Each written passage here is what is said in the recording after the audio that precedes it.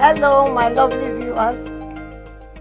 This is Blessing Olubanjo, your host, or simply Blessing, the show that is here to bless you and to inspire you so that you can be an inspiration to others.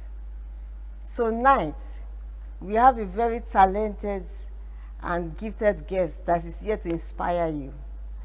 So, here is Aaron. Hey. Yeah, can you please introduce yourself Hi, to our viewers? I'm Aaron BC. I'm a entrepreneur and social activist. Welcome to this show. Thank you for having me. Yeah, I'm sure that people are going to be inspired by your story. Oh, thank you. I hope so. I hope so. I hope I can help as many people as possible.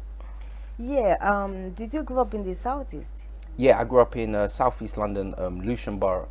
Okay. Lucian Borough, yeah. So you were born in the UK, in the Southeast? Yeah. Okay. So I can see that you are in the entertainment industry. Can you tell us a little bit about yourself and why did you decide to go into the industry? What was life like when you were growing up until when you decided to go to it? Okay, yeah. So I grew up in a big family. I grew up in a really big family with 8 other siblings. So there was 9 of us in total, yeah. 5 girls, 4 boys. So the household, it was always lively. There was always someone in the house, and there was also a lot to learn as well. It was my mum's a teacher. Wow. Yeah, so she works with young children in primary school. So she would always encourage us to learn and to try our hardest and to challenge ourselves.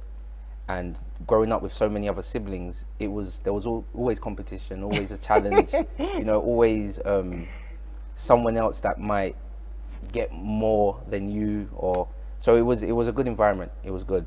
Can you remember anything that happened between you and your siblings that's very funny when you think about those days? There's so much that happened. Let me see. Oh wow, so many stories. There was a few times that we would stay out late and play together, or even all right. So I used to share a 1 bedroom. Yeah. There was 1 bedroom, and all 4 of us used to stay in 1 room. Okay. All of your boys. All of the boys, yeah, in 1 room, in 1 room. So each night, one of my brothers would take turns in letting me share the bed with them. Oh my God. Yeah. So each night it was a different brother, and like I guess when you're an older sibling and you've got a younger sibling, you like the power, and they definitely liked the power. So you were the youngest. I was the youngest boy, yeah. So I used to do a lot of watching. I used to if they were playing, I used to like to watch and observe. Like a lot of children, I did like to play computer games, but I enjoyed watching my brothers play computer games. So I enjoyed watching them have fun. Yeah. As a younger brother, yeah. Yeah. So how did you start your career in the entertainment industry? So growing up, like I was saying, there was always a lot of entertainment in my house. My family, very musical family, and creative family. So my brothers and sisters make music. My sister is an actress. So we was always encouraged to be creative. Once I had reached a certain age, I realized that I'd like to work in the entertainment industry as well. But I never knew how I was going to get there. So what I did, I decided, to get my act together and go back to college, because I was never very academic growing up. Despite my mum being a teacher, I never really took to it. I always preferred to learn with my hands. Oh yeah, people are unique. Yeah. I always tell people that we are all different. You see, we all have 5 fingers, and you can see all of them. They are of different sizes, different heights. So don't ever compare yourself with anybody. Every one of us, we are unique. God has given us, unique fingerprints. Your fingerprint and mine, we are completely different. For example, me, I have my own twin sister. Yeah. We are very, very Oh, okay. identical. I didn't know. But I know it's so amazing that even though as identical as we are, that people can hardly know the difference between us. Yeah. Our fingerprint is also unique. Yeah, it's completely different. Yeah, completely different. Because God, everybody is unique. Every single person. Exactly. So that's why we don't have to look down on anybody. You don't have to compete yourself. Oh, I want to be like this. No, because when you do that, you are trying to lose your own identity. Yeah. To playing to what you think, or how you think others would want you to be. Yeah, it's true. So when you were growing up, there was a lot of competition, and yeah, we used to. It was all in fun and games. All in fun and games. So it would be the first one to the dinner table. That's something that we used to do, or the first one to get home from school. Yeah, there was always, I guess, in growing up in a household like that, there's always someone to talk to. There's always someone to communicate with, and to, especially because with so many children in the house, my mother wasn't able to delegate her time between everyone. Nine of you. Yeah, between 9 of us. So my brothers and sisters, we would help each other. So we'd help each other with homework. We used to, in fact, the majority of my life, I was actually picked up from school from my brothers and sisters. Wow, that's and nice. then I did the same for my younger sisters. Wow, that's yeah. nice. So we would pick each other up from school. My older sister Carlina, she was the first one. She's the first person to take me to college. So she took me to college to get enrolled in. Whereas a lot of people came with their parents. I came with my sister. Wow. Yeah. So things like that. We relied on each other a lot. Okay, so were you about 17, or how old were you when you were thinking about the industry, and what area were you interested in the industry? When I would start first thinking about the industry, I was 19 going on 20. I dropped out of college. Okay. And I was turning 20 years old. And I'll never forget, my mum kept telling me, you're not a child anymore, you're going to be 20 years old, you're not a teenager, you have to be serious about life. Always used to tell me, make sure you have ambition, make sure you have ambition. She used to really say it every day, literally every single day. And that made me, I guess, pay attention to the word ambition and what it means. So when I was turning 19, I decided to change my life. It was the third time I had given a go at college. The third time, yeah. Wow. So I had failed 2 other courses before that. What inspired you for you to decide, you know what, let me go back, and this time no drop out, I must complete what I need to do? I'd have to say it was my mum. Even though I passed, I looked it's like learning is not your learning in the classroom was not for me. you. Yeah. Okay. And I had gotten into university as well. So I'd gotten into university to study music industry management. And there was something inside me telling me, this might not be for you. Even though you've got into the university, going to university might not be your way of reaching your dream. So what I did was, I didn't like what I saw. It was, for myself wanting to work in the entertainment industry, it was very boring. It was all about numbers, and the people that was also in the class, they didn't seem very creative.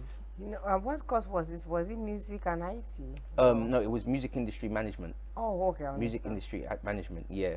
Okay, And I didn't like what I saw. It was all about office life.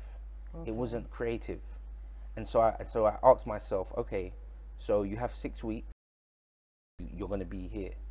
So what I did was I started working night shifts throughout the 6 weeks holidays before I started university. So you're working night shift as? I worked night shifts at a university. Oh, okay, I worked night as a security guard at a university. okay. And throughout the night, what I would do, so I would work from 7 p.m. till 7 a.m. in the morning. Wow. Yeah, so and I would do that I would do that 5 nights a week. So And was it not boring you sitting there, or were you standing? Or were you doing it for that 12 good hours? so what I decided to do with my time was I decided to write letters and to teach myself about the music industry, Okay. because there was a computer at the university. So I would just go on there and I would teach myself about the industry. I would find the people that I needed that worked within the industry, and I would write letters to them. Everyone that I could find on the internet, every Wow. single person, I'd write them a letter and send them an email. And what I would do is I would spend the whole night send at that are dedicated and they stay overnight and to study in the Wow. library. Okay. But besides that, there's no one else there. So I would spend my time just writing letters, finding Mobile awards. about the MOBO Awards. I saw the MOBO Awards embrace people from the same background as myself. Okay. So I saw them embrace people that grew up in an area like I grew up, that spoke the way people in my family speak. And I think when I was a entrepreneur Okay. from Nigeria, Oh, okay. and he grew up over in the UK, in South London, and I was able to get introduced to him through my what? See, there's a bit of the story missing, So after I sent all those emails, Okay. and I of course, like we said, you never give up. I managed to get a job as a security guard Okay. in the same building I just went to cover their shift. So when they came to collect their package in the morning, that you can help him.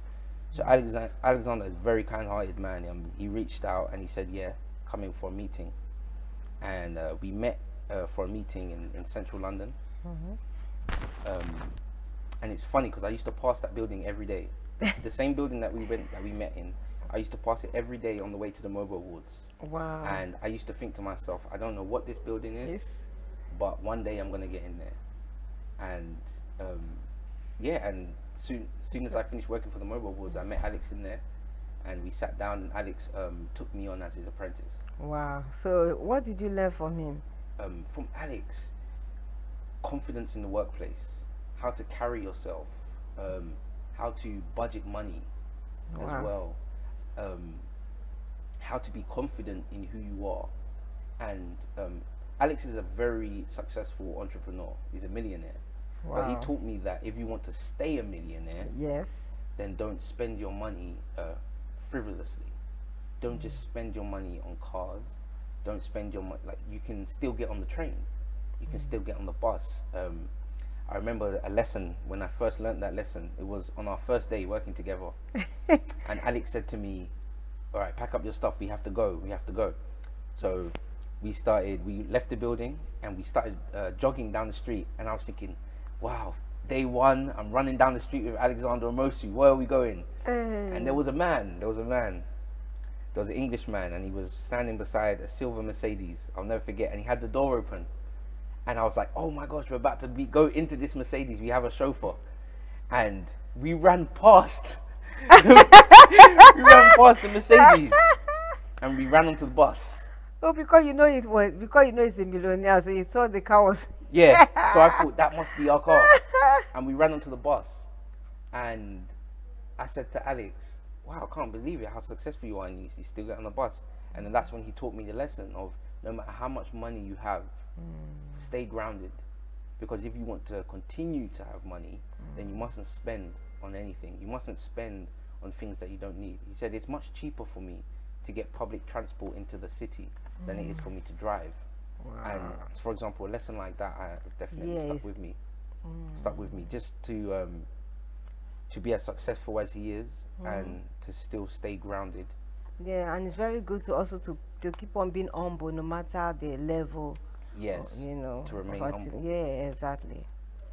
Yeah, you have a company called, Local to viral. yeah. Local to viral. So what is it about? What do you do? So after working for Alexander, that gave me the confidence to start my own business, similar to like he did when he was younger. I realized after working with Alex that I didn't just want to work in the entertainment industry from an artist manager's point of view, because I was working on his working with his record label at the time, A Squared. I wanted to work in all sides of the music industry. I wanted to direct, I wanted to produce or executive produce, I wanted to manage artists, and that made me realize that I want a media company.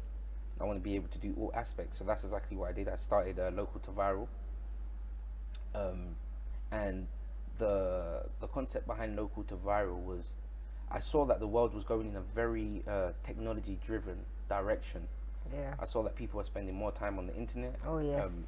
So I thought with Local to Viral, what I want to do is I want to promote the journey of going from a local person to a viral sensation on the internet, to well known. So in what it really means, local to viral, it actually is my own way of saying nothing to something. Wow, from zero to hero. Exactly. So do you have your own channel now on YouTube? Or? Yeah, so on YouTube, sure, if you check it out, my own channel, Local to Viral, where people can watch concert performances, artist interviews, festival coverage. Wow. Also popular culture news as well.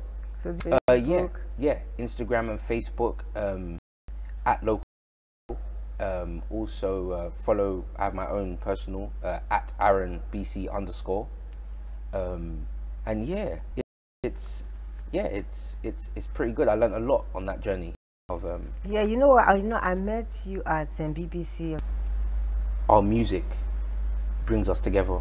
Our music is so powerful. We are very creative, very creative, and the world loves music, and the way we express ourselves. So I said I'm gonna throw my own festival or carnival called Africa Day Fest 2018, and what we're going to be doing is we're going to have our own carnival float, and we're going to be going through the streets of London with the carnival float, playing music, Afro beats, reggae, R&B, and we're going to start in Camberwell Green, and we're going to go right up to Vauxhall Bridge. Wow. Right up over Vauxhall Bridge, and it's going to end at the Office for National Statistics. And the reason why I chose to end the festival there is because I want to show our people also that we are more than a statistic. With everything going on nowadays in the news, there's a lot of numbers being thrown around, and people are letting the numbers count for them. Yeah, they're letting the numbers judge how they feel about themselves and how they feel about the wider society. And I want to remind our people that we're not numbers, and I want to let, of course, I want to let the whole wider society know as well that we know that we're not numbers, and we are people. We are great people. We are proud. We have a lot to celebrate, and yeah. So that's really, and I want to bridge the gap between African Caribbean and African. I want to bring us together because there's so many commonalities between us, and we mustn't let history, what's happened in history, divide us. We must stand and come together. And Africa Day Fest and Africa Day is a great time that we should come together and celebrate. Wow. Yeah. You went to America, to New York. Yeah. And Los Angeles. Yeah. I worked in America for 2 months. Okay. In 2016, I worked in New York for 1 month, and I worked in Los Angeles for 1 month.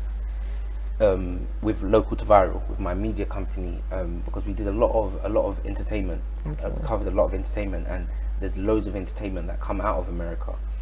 And I guess the main reason why I decided to go to America, because of course from a young age it's put on such a big pedestal. Going to America is the place you want to go to make it. So I went there on my own for 2 months, and it was great. It was a great experience. I worked on a by any means necessary concept. So that was my motto: do whatever it means necessary To achieve. to achieve what you want. So there was some nights where I would stand outside buildings for hours just to speak to one person. My God. I would wait there for hours, sitting outside just to speak to one person, or or I would get the train around the whole city. Wow. To go into certain offices. Sometimes I remember when I was in New York, I went outside the city, Yeah. outside of New York City, just to work with people. And the people that I wanted to work with, they didn't know me. They didn't even know they didn't know nothing about me. I'd never contacted them. I tried to contact them, but I never got anywhere. Their assistant never connected me to them and wanted me to work with them. So I said, you know what, I know where you're going to be, so I'm just going to go there. So I remember this one time I took a train for about 2 hours, a 2-hour train outside of New York City, to Long Island. My God. Yeah, just to meet a few musicians. And I remember I spoke to the security, and I was speaking to them, and I told them I've come here to meet the musicians, and the personal assistant was there, and she said, I told you no on the phone earlier. I said no, and I just said to her, well, oh, I'm sorry, I misunderstood. I misunderstood. I thought you said yes. And she said no. I said no, and I said, well, I'm here. The guidelines that you're given in society that tells you to do A, B, C, you don't necessarily have to. Always commit, everything you do into the hands of God, which I know you always do. You always pray about everything, and I can see God leading you, and to do and achieve a lot of things that you have achieved, And I'm grateful. And yeah, so dear viewers, I thank God for your life, and I just want to thank you for watching Simply Blessing. I am sure that this show has blessed you and inspired you. And for African Fest 2018 that is coming up on the 26th, please try to come and support Aaron. Yeah. Aaron BC. Yeah, Aaron BC. And by God's grace, no matter whether you're from Africa, whether you're from Asia, whether you're from North America, South America, Australia, wherever you are, God created me and you, created every one of us, and He wants us to love one another, to support one another, and whatever be the dream God has put inside of you, follow your dreams. Don't allow anything to stop you, and God will be with you and will guide you. Until next time, it's your host, Blessing Olubanjo. Keep watching. The show will be